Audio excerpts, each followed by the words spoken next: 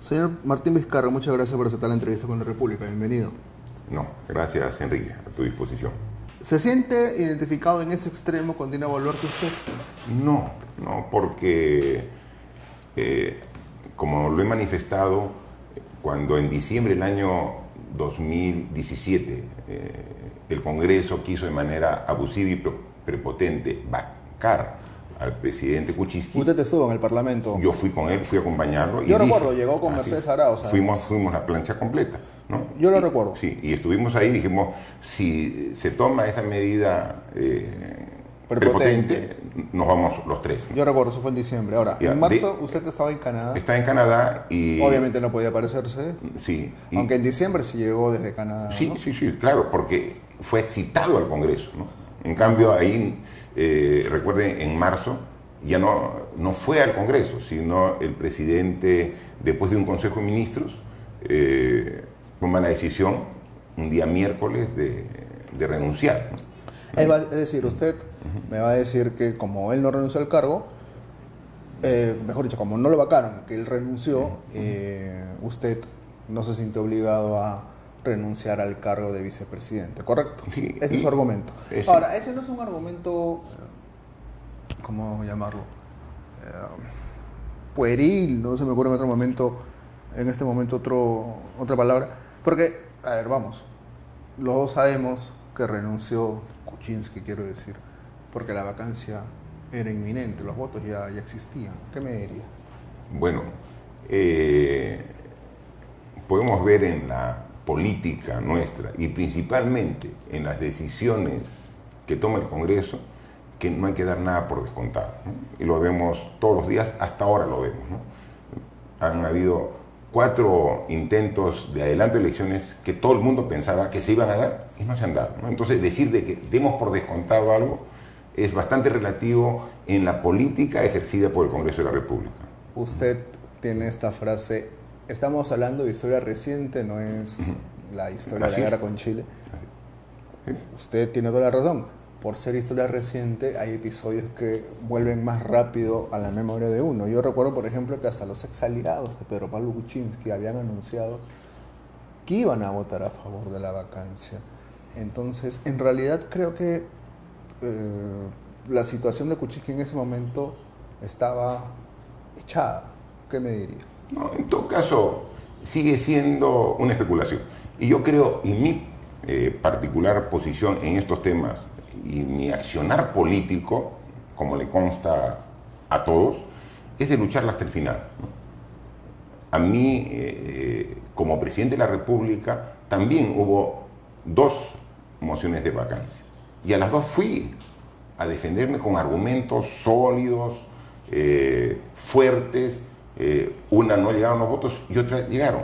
Y ahí demostré que no había argumentos, pero finalmente fue el argumento solo de los votos lo que llevó a mi vacancia, que con el tiempo se está viendo que fue absolutamente injustificada.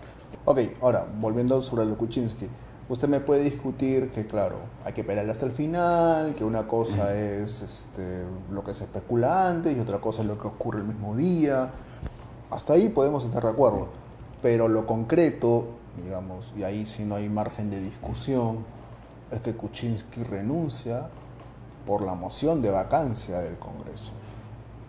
No habrá sido finalmente vacado formalmente, pero él renuncia por esta presión del Congreso. Y usted había dicho, yo renuncio si el presidente lo vaca. No habrá sido pues una vacancia formal en los votos, pero una vacancia, ¿cómo decirlo?, de facto por lo menos lo fue. Usted no debía haber honrar la palabra que empeñó meses antes. Como le digo, estás interpretando, y te respeto el hecho de que fue una vacancia de facto, le estás poniendo ese calificativo. Es un calificativo, claro, se me ocurre. Claro, pero no hubo vacancia por la aplicación del Congreso, sino fue una vacancia por renuncia expresa del presidente. Y en esos casos lo que corresponde es la sucesión constitucional, de tal manera que ni Mercedes Arauz ni Martín Vizcarra, los 2 vicepresidentes, renunciaron, ninguno de los 2. Y en diciembre los dos dijimos que íbamos a renunciar si es que el Congreso de manera abusiva y arbitraria lo vacaba, ¿no? ¿Se reunió con alguien usted, y esto a colación de lo que ha dicho el expresidente Kuczynski? No pretendo que le responda, entiendo que no es su ánimo, pero sí hay que preguntárselo, ¿no? ¿Se reunió con alguien que no fuera del gobierno, ojo, que no fuera del gobierno, entonces, del gobierno Kuczynski, para hablar sobre la vacancia al expresidente, o conversó con alguna persona que no fuera del gobierno a través de algún medio electrónico sobre este tema en particular? No, ¿Nunca? no hemos complotado. No. Mi pregunta es, ¿se ha complotado. conversado? No. Sobre este tema de la vacancia, no.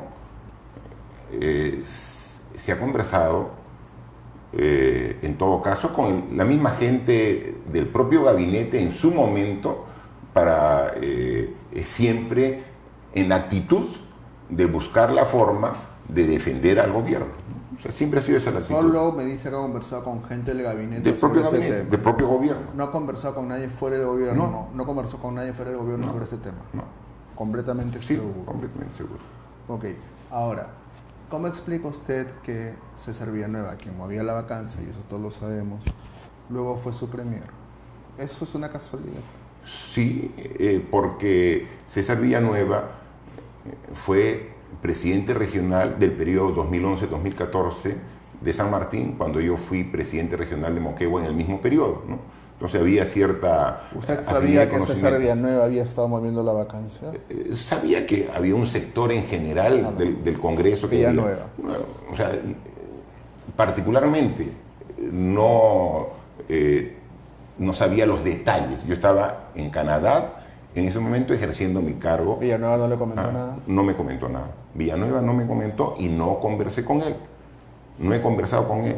Yo, cuando he llegado un día 23 de marzo, convocado por la canciller Cayetana Aljovín para que retorne al país, yo he llegado aquí y no tenía ni premier y ninguno de los 18 ministros. O sea, no tenía absolutamente nada. Yo he llegado un día de madrugada, he juramentado a mediodía y recién me he comenzado a armar el equipo de gobierno. O sea, no tenía absolutamente a nadie. No tenía ni premier ni un ministro. Absolutamente. Si remotamente hubiera pensado yo en ser presidente por una renuncia del presidente Kuczynski, quizás hubiera hablado con alguien. Nadie, ninguna persona puede decir, ninguna. Y usted puede conversar con todos y cada uno de los miembros de mi primer gabinete si les comenté o hablé con ellos sobre la posibilidad de un ministerio. Con ninguno. Porque no había ninguna acción mía en base a esa posibilidad. No había. ¿Usted le pidió a algún tercero, no usted directamente, a algún tercero, que conversara con alguien fuera del entorno del gobierno sobre el tema de la vacancia? No, yo he estado dedicado exclusivamente No. No. Ok. ¿Es usted? ¿Alguna gente lo considera usted? Bueno, usted fue presidente, tuvo una popularidad alta, eso es innegable, hay que reconocérselo, pero también tiene muchos y feroces detractores. Sí. Usted lo sabe muy bien. Y lo siento permanentemente. Lo siento. Siento el accionar de esos detractores. Pero es verdad que algunos son muy furiosos, pero también es cierto que algunos de ellos tienen, me parecen, críticas que son válidas. Me gustaría traer un par a colación. Por ejemplo, plantean que usted tiene un recorrido políticamente sinuoso, digamos. Por ejemplo, usted construyó durante su presidencia un, hay que decirlo, efectivo relato en el que antagonizaba a su gobierno con el Congreso, al que le dijo de todo además. Y posiblemente en varias ocasiones con justificación. No, eso yo no lo estoy negando. Pero apenas usted resultó vacado, anunció que deseaba conseguir un escaño. ¿Cómo justifica haber querido integrar un colectivo al que cuestionó durante tanto tiempo? veo que no hay cierta lógica en ese análisis. Que yo pueda criticar el mal accionar de un juez no quiere decir que estoy en desacuerdo con el Poder Judicial. Que el que yo evalúe el desempeño... Usted no hablaba de tal congresista, usted hablaba del Congreso. Por eso, es de la composición. Teníamos un Congreso con 73 congresistas de Fuerza Popular. El fujimorismo, que simple y llanamente objetaban y se oponían a las acciones de gobierno que nosotros tomábamos. Y entonces teníamos que decirlo claramente que muchas de las acciones que queríamos tomar en favor de la población se estrellaban con un Congreso que no daba paso a esas acciones. Y entonces estamos en desacuerdo con esa composición del Congreso, con esa actitud del Congreso. Pero obviamente el Congreso como tal es una institución de suma importancia, el cual merece el respeto de todos. No, pero eso yo no lo estoy negando. Pero no, me dice, porque yo estoy contra ese Congreso, entonces no debería pretender ser parte de él. Por supuesto, eso no tiene ninguna relación lógica. Yo sí creo que el Congreso es una institución importante, fundamental en el desarrollo del país, del Estado peruano, considero, pero tiene que ser una institución que cumpla el rol que está establecido en la Constitución y que junto con este equilibrio de poderes con el Ejecutivo tracen el horizonte para buscar el desarrollo del país. Su papel durante la pandemia. El Perú fue un país muy golpeado, no voy a negar las precarias condiciones de salud pública del país. 100 camas UCI, ese fue más o menos el número de camas que teníamos al inicio. Claro. Creo que eso es un dato... Y 1.500 camas hospitalarias en total. Creo que ese es un dato que es, bueno, no sé, pues, apabullante en su realidad. Sin embargo, el Perú fue el país más golpeado por la pandemia, con un altísimo número de muertes. Y fue durante su gestión. ¿Asume alguna responsabilidad política por todas esas muertes, señor Vizcarra? Yo asumo una responsabilidad política en general por todo lo que se pudo hacer de más durante la pandemia. Le he preguntado por la gran cantidad de decesos. ¿Asume una responsabilidad política? No, o sea, hemos puesto todo nuestro esfuerzo. ¿No asume entonces? No, sí, por supuesto. O sea, todos los funcionarios, todos desde el presidente, los ministros, los médicos, el personal de salud, todos hemos puesto nuestro máximo esfuerzo. Y así como en el Perú, en todos los países del mundo han habido una cantidad significativa de muertes. Pero el Perú es cabeza de lista, ¿no? No es cabeza de lista, no es cabeza de lista. Hay ya un informe actualizado de la Organización Mundial de la Salud donde ya comienzan a modificarse esas cifras en función de la evaluación que está haciendo el propio órgano, la OMS. Una de las cabezas de lista, entonces. Ya. Entonces no es un consuelo. No, por eso le digo, o sea, se ha puesto todo el esfuerzo para enfrentar. ¿Hay algo que hubiese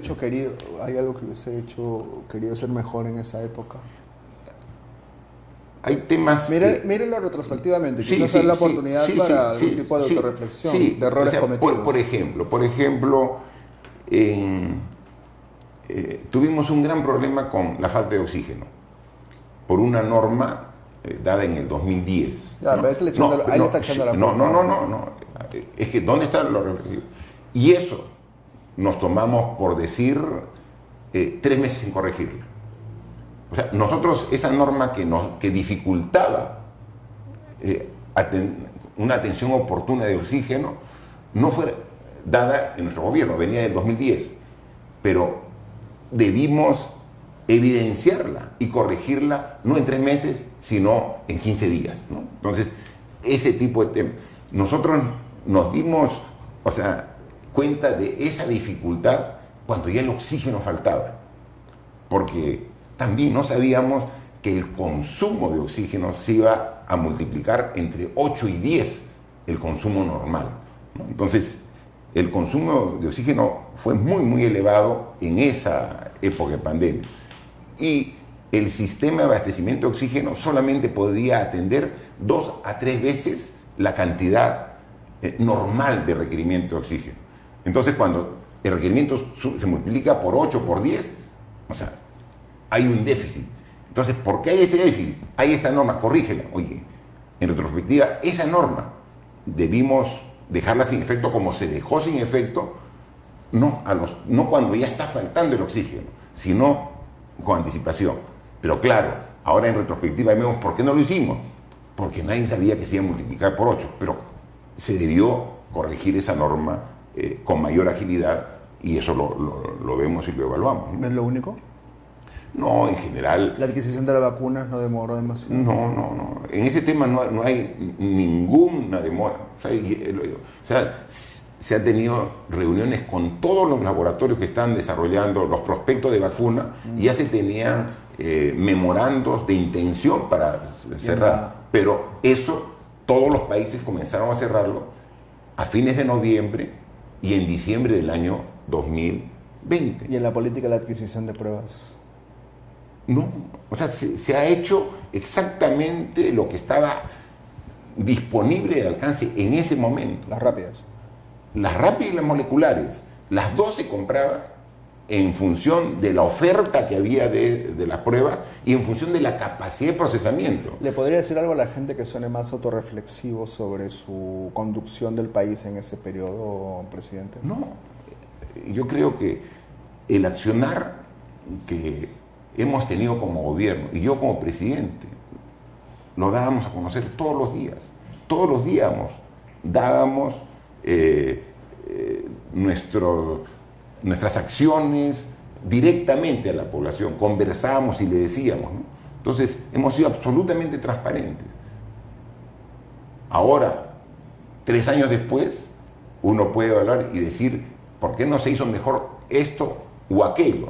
Sí, seguramente, ¿no? Pero en ese momento se reunió a un comité de expertos, los epidemiólogos más reconocidos del país, para que nos digan qué hacer respecto al tratamiento, de sociólogos para qué hacer respecto al tema de salud mental. O sea, se convocó a todos los que conocen del tema para que el equipo, el comando COVID que se creó para articular la respuesta, es decir, todo se hizo un esfuerzo.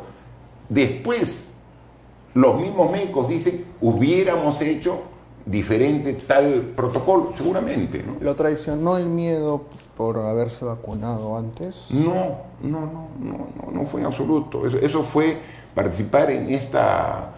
Sí. ¿Tenía miedo usted? No, o sea, la responsabilidad superaba cualquier temor. O sea, yo he recorrido todo el país, he entrado a todos los hospitales. ¿Se arrepiente de haberse vacunado? En un momento. Lo que sí he manifestado es que debió anunciarse inmediatamente, ¿no? No es que evitar inocularse de ese estudio experimental, sino inmediatamente hacerlo de conocimiento público, ¿no? Entonces, el recibir esa dosis y no hacerlo público, eso sí fue un error y lo he reconocido, ¿no? Entonces, eso, porque debería haber absoluta transparencia, porque cuando ya estaba esa fase 2, ya la primera ola ya estaba en la parte más baja de la primera ola, ¿no? Entonces, se ha trabajado siempre buscando lo mejor para el país, ¿no? Yo lo he hecho. Entonces, pero claro, ese acto debió ser público inmediatamente. Se hubiera hecho ese con la Cayetano Heredia. ¿Y por qué no lo hizo público? Cuando uno no hace público una decisión de esta naturaleza, generalmente es porque en el fondo sabe que lo que está haciendo es incorrecto. No. Fue porque estaba en pleno proceso de evaluación, la fase 3 de este proyecto de vacuna. Entonces, lo que se determinó es hacerlo público e inmediatamente concluir. O sea, no es mantenerlo en reserva, o sea, hacerlo público. Tal es así que foto y cámara de Palacio Gobierno tomaron registros gráficos y visuales para tener ese material, inmediatamente termine la fase 2, la fase 3 experimental, ¿no? Entonces, se tenía esa intención, por eso el camarógrafo, el fotógrafo, la jefa de prensa de Palacio, todos estaban ahí tomando la constancia de esta inoculación para hacerlo público inmediatamente termine, que eso se calculaba que iba a ser más o menos la tercera semana de noviembre, ¿no? Lamentablemente... ¿Es consciente que por esto usted perdió mucho de su capital político? Sí, seguramente, sí, claro que sí. Y uno tiene que asumir las consecuencias de sus actos siempre, y siempre lo he asumido. Siempre asumir las consecuencias de mis actos. ¿No? Su emprendimiento político, Perú Primero, está por inscribirse, ¿correcto? Sí, la próxima semana vamos a presentar al Jurado Nacional de Elecciones el levantamiento de las últimas observaciones que quedan pendientes. Y con eso queda expedito ya la inscripción del partido.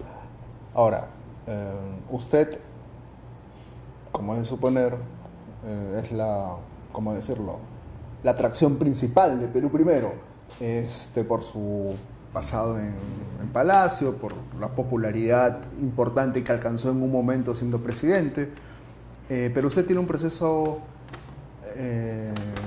tiene una suspensión activa que le impediría presentarse a elecciones adelantadas o no. Usted tiene hasta 3 recursos de amparo al respecto, ¿es correcto? Sí. Al respecto, te puedo decir, en primer lugar, que el partido político Perú Primero pretende ocupar un espacio que actualmente está libre. ¿Cómo lo definiría primero? ¿Centro? Es un partido de centro progresista, ¿no?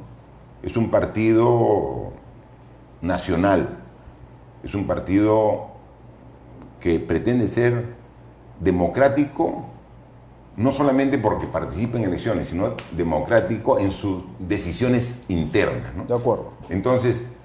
yo sé que cualquier postulación suya tendría que pasar obviamente por un proceso democrático interno. Hasta ahí estamos de acuerdo. Pero mi pregunta es, ¿cómo va a superar el tema de su suspensión? No, pero es un partido que va a participar activamente en la vía política con Martín Vizcarra o sin Martín Vizcarra. Bueno, pero usted es No, está bien, es que queremos, o sea, ese es el objetivo, por eso. Entonces, no es que la razón de ser del partido es una candidatura, ¿no? No, no es, ¿no? Yo lo comprendo. Ya, pero sin embargo, efectivamente, yo actualmente estoy inhabilitado por el Congreso de la República. Una de 10 años, una de 5 años y una tercera por venir, aparentemente. Seguramente.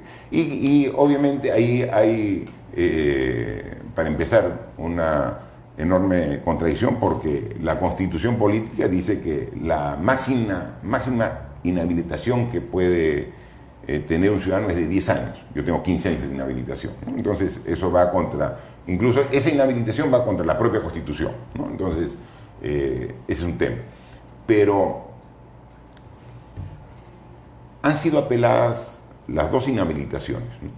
Una, la de 10 años, ha sido inapelada con un amparo dirigido al Jurado Nacional de Elecciones por no haber otorgado la credencial, que es el rol que le corresponde, y al Congreso por haber inhabilitado sin que haya ninguna sentencia sobre el tema que es la justificación para la inhabilitación. En paralelo también tiene un proceso judicial activo porque la Fiscalía ya presentó, como usted sabe, acusación contra usted por cohecho pasivo propio, por su gestión como gobernador regional de Moquegua, y le han pedido 15 años de prisión. ¿Correcto? Por 2 hechos, el proyecto Lomas de Hilo, acá lo tengo apuntado, y el proyecto Ampliación y Mejoramiento Hospital de Moquegua. Según esta acusación del fiscal Juárez, usted recibió 2.3 millones de soles. ¿Qué tiene que responder al respecto, señor Vizcarra? Que esa acusación, el fiscal Juárez Atoche, es de octubre del año 2000 2020. Octubre del año 2020. Claro, pero la acusación se presentó en diciembre. La investigación preparatoria es otra comienza. cosa. No, Sí, sí. La investigación preparatoria comienza en octubre del año 2020.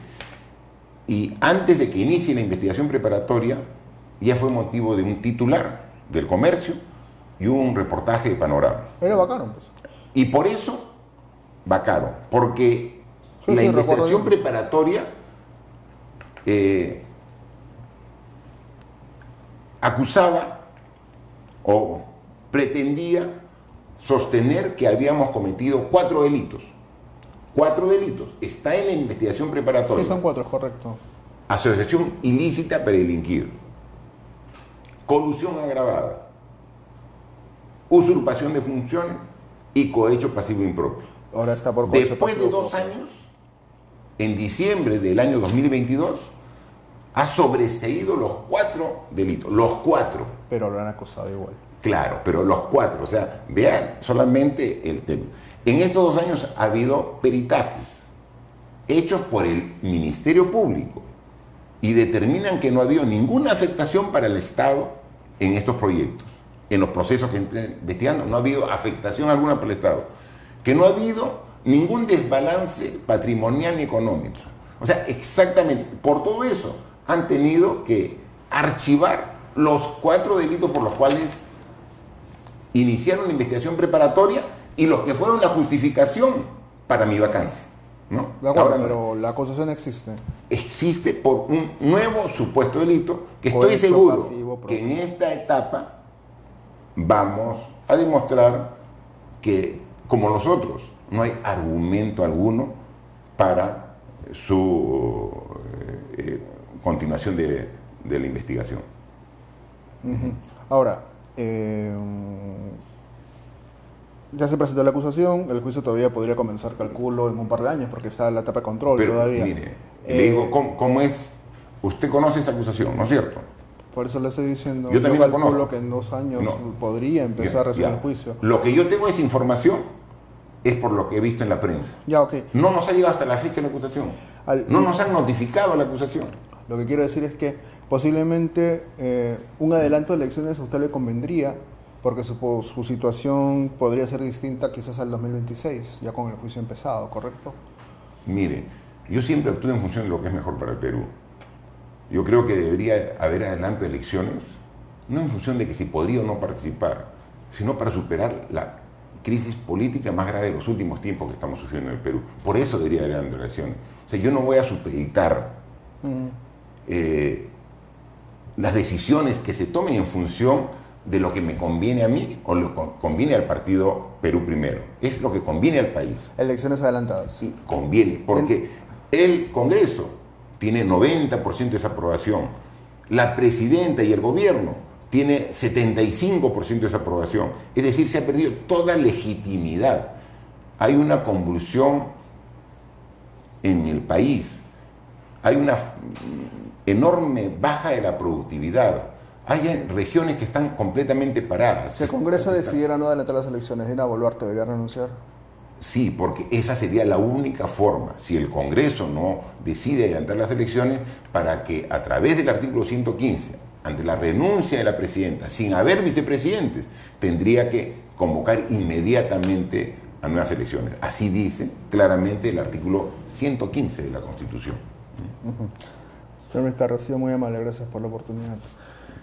Muchas gracias. Gracias. Siempre a tu disposición.